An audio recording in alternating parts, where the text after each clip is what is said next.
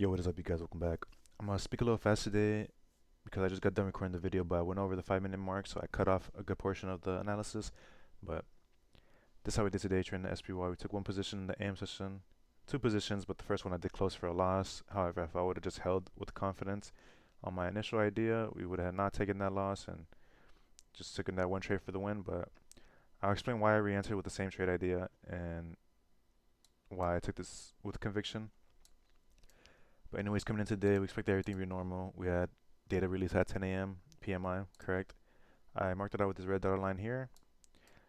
I marked out the previous session's highs and lows, being the London high and London low here.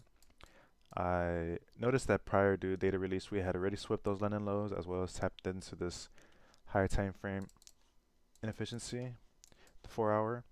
I didn't mark all of this out because price had already digged into it, so I was just using whatever was left over of this inefficiency.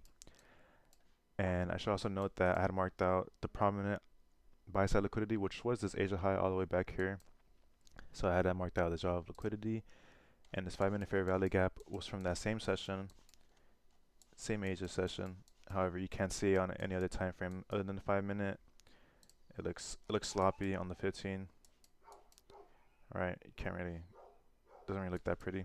But of course, the dog's on a bark as soon as I'm freaking recording this video. Anyways, I waited for data release. Data came down, swept these AM lows that had took out those London lows, as well as digged a little more into this 4 hour inefficiency, right? And we started displacing to the upside. That's when I decided to enter. And this doji candle right after faked me out. It looked like it was heading for my stop loss, so I closed it a little early. But if I would have just stayed true and stayed confident on that, on my stop, I would have clearly, I would have just took that win and called it a day. But yeah, after I closed it for a loss, and then we had that formed that doji, I decided to re-enter, telling myself I was just getting faked out of the market, and kept my stop at this low. That took out this AM low. And since I went long, I wanted to target buy side liquidity, which was this London high back here, as well as that 5 minute inefficiency that I told you guys about.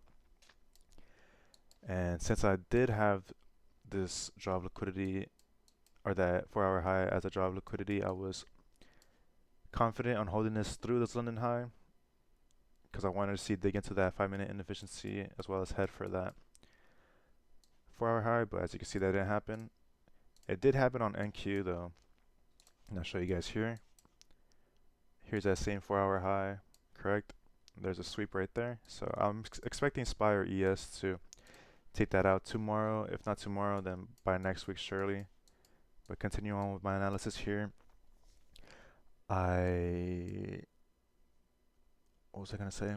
Oh, that's why I hate about speaking too fast, because I feel like I'm just skimming over most things. But yeah, this did run for 29 handles, so I didn't record a video. However, I did screenshot the executions for you guys, that you guys could see that I'm not lying. Yeah, and then look at price. What did it do later? It filled that 4 hour inefficiency that I had marked out right to the T. Look at this. Look at that. Hit that consequent encroachment almost perfectly. So I'm glad I was right on my idea for the day, and that's what matters the most to me on reading price for the day. Even though I only focus on AM session, but yeah, I'm gonna stop yapping here just in case, cause I do not want to go over the 5 minute mark and record this video again. So yeah, I'll see you guys tomorrow if I take a trade. If not, I hope you guys enjoyed your weekend. I'll see you guys Monday. Stay safe, stay disciplined, and I'll catch you next time.